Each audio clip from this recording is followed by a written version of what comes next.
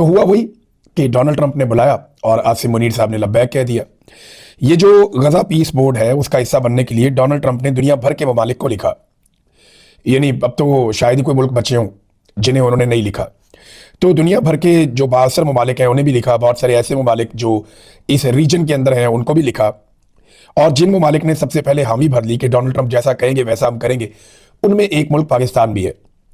अब जो Donald Trump के ये जो पीस बोर्ड का हिस्सा बन चुके हैं ममालिक, उनमें पाकिस्तान, इसराइल, यूएई, मिस्र, मराकश, काजाकिस्तान, उज्बेकिस्तान, बेलारूस, हंगरी, ये ज़्यादा ममालिक जो हैं वो रशिया के जो आज़ाद होने वाले ममालिक हैं, ज़्यादा ममालिक वो है। इनके अलावा एक हंगरी है। पाकिस्तान और इसराइल ये दोनों इसका हिस्सा हैं, जबकि गल्फ कंट्रीज़ में से वहाँ पे एक मिस्र है और यूएई इसके अंदर शामिल है। फ्रांस ने, कनाडा ने, जर्मनी ने, रूस ने, चीन ने, सऊदी अरब ने, तुर्की ने, पोलैंड ने, बरतानिया, ऑस्ट्रेलिया, भारत, इन ममालिक ने अभी तक हामी नहीं भरी। और बहुत सारे ममालिक हैं जिन्होंने अभी तक हामी नहीं भरी। तो डोनाल्ड ट्रंप ने कहा और आसिम मुनीर साहब ने कहा जी ओके हो गया हमारे। अब ये गजा पीस बोर्ड ये एक्चुअली डोनाल्ड ट्रंप साहब का अपना एक मंसूबा है और उससे वो ये सोचते हैं कि ये गजा की पट्टी को एक तरक्की याफ्ता इलाके में कन्वर्ट करेंगे। यहाँ पे बहुत बड़ी बड़ी हाई राइज बनाई जाएंगी, यहाँ पे ज़बरदस्त किस्म के बीचेस बनेंगे, यहाँ पे कमाल किस्म की सयाहत के इलाके बनेंगे और ये दुनिया का एक बड़ा महंगा प्लॉट है जहाँ पे वो दुनिया भर के सरमायाकारों को घेर कर दे गए। पैसा भी अपना नहीं लगा रहे, बल्कि जो ममालिक आ रहे हैं उनसे $1 अरब वसूल किया जा रहा है इस मेंबरशिप के बदले में। तो जैसा कि पाकिस्तान से उम्मीद थी कि पाकिस्तान ना करने की पोजीशन में तो है ही नहीं, इनकार तो पाकिस्तान कर ही नहीं सकता। पाकिस्तान इनकार करेगा तो डोनाल्ड ट्रंप वो तमाम पैगामात, मैसेजेस और वो तमाम चीज़ें एक्सपोज कर देगा जो पाकिस्तानी हुक्मरान डोनाल्ड ट्रंप के सामने जाकर बोलते रहे, और उसका इन्हें पाकिस्तान में नुकसान होगा।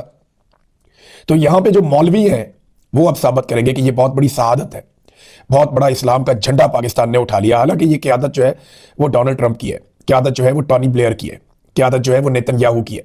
पाकिस्तान इस सफ में कहीं दूर पीछे खड़ा है। अब $1 अरब क्या पाकिस्तान दे सकता है? ये वो पैसा है जो पाकिस्तानियों के खून पसीने का पैसा होगा, ये वो पैसा है जो टैक्स पेयर्स का पैसा होगा। तो क्या पाकिस्तान ये पैसा दे सकता है? ये बड़ा सवाल है ना। हो सकता है पाकिस्तान से पैसा लिया ना जाए और पाकिस्तान को इस्तिस्ना दे दिया जाए इस बुनियाद पर कि पाकिस्तान अपनी फौज गजा में तैनात करेगा हमास को गैर मुसल्लह करने के लिए। इंटरेस्टिंग बात मैं आपको ये बताता हूँ कि ये जो कुछ भी हो रहा है हमास इसका हिस्सा नहीं है। ये जो कुछ भी हो रहा है गजा की जो हुकूमत है वो इसका हिस्सा नहीं है। वो इसे तस्लीम नहीं करते, वो इसे मानते नहीं है। आप जब भी गजा में वोटिंग करवाएंगे हमास जीतेगी। गुज़िश्ता इलेक्शंस में भी वही जीते हैं, यानी उनके पास अक्सरियत है फ़लस्तीनियों की और वो इसको नहीं मानते, लेकिन पाकिस्तानी इसको मान चुके हैं। अभी देखते हैं और कौन कौन से अरब ममालिक हैं जो इस सारी सूरत हाल को मानते हैं। ये अक़वाम मुत्तहिदा की करारदाद आई थी अक्टूबर 2025 में 2803।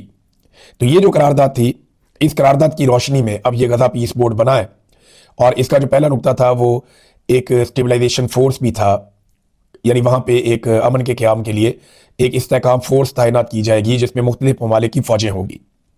इसमें पाकिस्तान की और इंडोनेशिया की फ़ौज होगी, इसके बारे में कहा जा रहा था।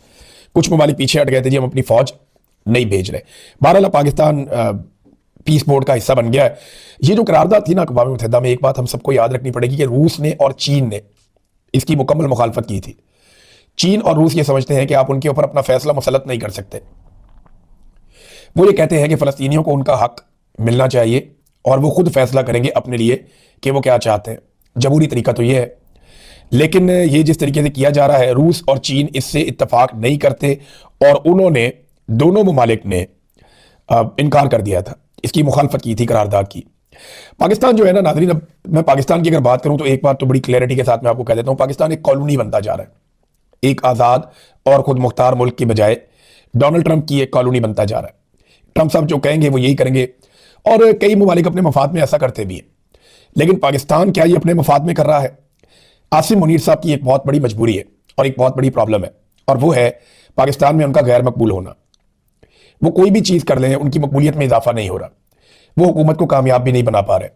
अगर बैनुल अक़वामी सतह पर आवाज़ें उठ जाती हैं कि पाकिस्तान के अंदर जो रजीम ज़ालिमाना तौर पर मुसल्लत किया गया है उसका इख्तिताम किया जाए, तो फिर आसिम मुनीर साहब और इनके सारे हवारी हाथ मलते रह जाएंगे। लिहाजा अगर इमरान खान साहब के खिलाफ डट कर खड़े रहना है या इमरान खान साहब को और उनकी पार्टी को कुचलना है, तो आलमी सतह पे उन्हें तमाम आकाओं को खुश रखना पड़ेगा। ये वो मजबूरी है जिसकी वजह से पाकिस्तान ऐसा लगता है कि ताकतवरों की एक कॉलोनी बनता जा रहा है, एक आज़ाद और खुद मुख्तार मुल्क वाली तो बात दिखाई नहीं देती। जैसी जूते पॉलिश की पॉलिसी रखी है हमारे वजीर आजम ने, मैं तो हैरान हो गया था देख के। अब अमेरिका जो है वो दुनिया के ऊपर दबाव डाल रहा है एक नए किस्म के वर्ल्ड ऑर्डर के लिए। कनाडा का जो वजीर आजम है उसने बड़ी साफ बात की। उसने कहा जी कि मैं खात्मे का ऐलान करता हूं कि अमेरिका की क़यादत के अंदर जो एक वर्ल्ड ऑर्डर चल रहा था वो अब नहीं चलेगा। यानी कैनेडियंस तो खुलकर सामने आ गए, फ्रांस भी खुलकर सामने आ गया, कई और ममालिक खुलकर सामने आ गए। तो अमेरिका के पास जो हथियार हैं वो दो हैं। एक उनकी ताकतवर फौज है, वो किसी के ऊपर भी चढ़ाई कर सकते हैं, लेकिन क्या अमेरिका एक वक्त में सबके साथ लड़ सकता है? ये एक बड़ा सवाल है। दूसरी ताकत अमेरिका के पास जो है वो टैरिफ आयद करने की है, कि वो टैरिफ लगा देते हैं। कई ममालिक जो है अमेरिका के साथ तजारत करते हैं तो वो उसमें टैरिफ लगा देते हैं। अब उन्होंने फ्रांस को भी टैरिफ लगाने की धमकी दी है। तो इस पर फ्रांस ने यूरोपीय यूनियन को यह कहा, फ्रांसीसी सदर ने, कि हमें सर जोड़कर बैठना चाहिए और हमें एक मुश्तरका हल निकालना चाहिए और एक मुश्तरका इसके लिए लायामल बनाना चाहिए कि अमेरिकी टैरिफ पॉलिसी का जवाब कैसे देना है। अब अगर यूरोप भी अमेरिका पे टैरिफ लगा देता है, जैसा कि अमेरिका यूरोप पे लगा रहा है, यूरोप को चाहिए क्या होता है? एनर्जी चाहिए, यूरोप को फ्यूल चाहिए, मादनियात चाहिए। ये सारी चीज़ें तो यूरोप पे बराह रास्त हासिल कर सकता है। इंडिया के साथ वो मुआहदे कर रहे हैं, गल्फ के साथ वो मुआहदे कर रहे हैं, रशिया से वो तेल और गैस ले रहे हैं, वो इस मिकदार में इजाफा भी कर सकते हैं। और चाइना के साथ अगर वो अपने ताल्लुकात बढ़ा लेते हैं तो फिर अमेरिका के ऊपर उनका इन्हिसार कम हो जाएगा। तो अब जो है वो गेम इस तरफ को जा रही है। इसके ऊपर नजर रखेंगे, इस पर हम बातचीत भी करते रहेंगे। अब आ जाए नाजरीन ने पाकिस्तान की अंदरूनी सूरत हाल। देखिए, बैरूनी तो मैंने आपको बता दिया कि हर बात जो हमें कही जाएगी हम फौरी तौर पर मान लेंगे। बैरूनी कर्जा लेने का पाकिस्तान ने नया रिकॉर्ड कायम कर दिया, एक नया रिकॉर्ड बना दिया। 6 महीनों में पाकिस्तान ने कितना कर्जा लिया? गुज़िश्ता 6 महीनों के अंदर अंदर जो बैरूनी कर्जा है वो 1254 अरब, यानी ये लगभग 4 अरब 50 करोड़ डॉलर बनते हैं। ये पैसा पाकिस्तान लेता जा रहा है, लेता जा रहा है। और ये पैसा पाकिस्तान का जा कहाँ रहा है? कोई तरक्याती प्रोग्राम तो चल नहीं रहे, ना कोई नए डैम्स बन रहे हैं, यूनिवर्सिटीज, कॉलेजेस, कोई नई सड़कें, कोई रेलवे, कुछ बन रहा हो, कुछ बड़ा हो रहा हो पाकिस्तान के अंदर, कुछ नया हो रहा हो पाकिस्तान के अंदर, या बहुत सारे जंगलात लग रहे हो, नई नहरें निकल रही हो, कुछ भी ऐसा नहीं हो रहा। तो जब कुछ भी नहीं हो रहा तो ये इतना सारा पैसा लेकर डाल कहाँ पे रहे? ये पैसा किसकी जेब में जा रहा है? ये सवाल मैंने कई मरतबा पूछा, आज तक इसका जवाब किसी ने नहीं दिया। बस उड़ान पाकिस्तान की एक कहानी सुना देते हैं। और उड़ान की हालत यह है कि बैरूनी सरमायाकारी, जिसे आप फॉरेन डायरेक्ट इन्वेस्टमेंट कहते हैं, कि बाहर से कोई सरमायाकारी पाकिस्तान में आए, वो मजीद 43% तक गिर गई है। यानी बाहर से बजाय इसके सरमायाकारी पाकिस्तान में आए, जो आ रही थी वो भी मजीद गिर गई है 43% तक, यानी वो भी तकरीबन आधी हो रही है। IMF ने माशी ग्रोथ के मजीद सुस्त होने की पेशनगोई कर दी है इसी वक्त, और पाकिस्तान का पैसा लगातार डुबोया जा रहा है। जैसा कि ग्रीन इनिशिएटिव एक लिया था, शहबाज शरीफ ने कहा था कि ये आर्मी चीफ का विजन है। मैंने 2 साल पहले रोला डाल दिया था कि ये मत करना, बर्बादी कर देंगे आप पाकिस्तान की, लेकिन इनकी खोपड़ी में बात घुसती नहीं है। ये दरिया सिंध से नहरें निकालकर चोलिस्तान लेकर जा रहे थे और चोलिस्तान की ज़मीनों को सैराब करने जा रहे थे। इनका यह कहना था कि उन सहराओं के अंदर ये लहलाते हुए खेत लगाएंगे, और अब सूरत हाल उसके बिल्कुल बरक्स हो गई है। हालत यह है कि पाकिस्तानियों का पैसा चोलिस्तान की रेत के अंदर इन्होंने अरबों रुपया डबो दिया पाकिस्तानियों का। सजाग की रिसर्च रिपोर्ट के मुताबिक ग्रीन पाकिस्तान का मंसूबा सहराए चोलिस्तान की रेत में डूब रहा है। सबसे बड़ी 2 कंपनियां जिनके पास 50,000 एकड़ जमीन थी, 50,000 एक के पास, 50,000 एक के पास, इनमें से एक फातिमा फर्टिलाइजर, इन्होंने मंसूबा शुरू होने के 2 साल बाद भी प्रोजेक्ट पे काम ही शुरू नहीं किया। जबकि यूनिटी ग्रुप है वो जनाब मंसूबे से निकलने के लिए हाथ पांव मार रहे हैं। चीनी कंपनी समेत 3 कंपनियां भी मंसूबे से निकलने के लिए काम कर रही हैं और मुलाजमीन को भी निकाला गया है। 2 साल पहले शहबाज शरीफ ने इसका इफ्तिताह करते हुए कहा था कि ये आर्मी चीफ आसिम मुनीर का विजन है। तो ये वाला विजन भी बढ़ गया, पाकिस्तानियों के पैसे भी अरबों रुपए इन्होंने ज़ाया कर दिए। तो जब पाकिस्तान में नया काम ही नहीं हो रहा, ना खेलों के मैदान बन रहे हैं, ना लोगों को फैसिलिटेट किया जा रहा है, तो ये अरबों डॉलर जा कहाँ रहे हैं?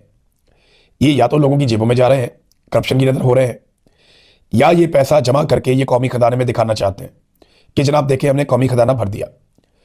इमरान खान साहब के दौर में कौमी खजाने में इतना ही पैसा था जितना आज इनके पास है, लेकिन इमरान खान साहब के दौर में सैकड़ों बहुत बड़े बड़े प्रोजेक्ट्स चल रहे थे और तब भी कौमी खजाना भरा हुआ था।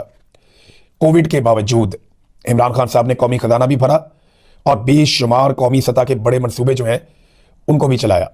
आज वो सारे मंसूबे लगभग बंद पड़े हैं।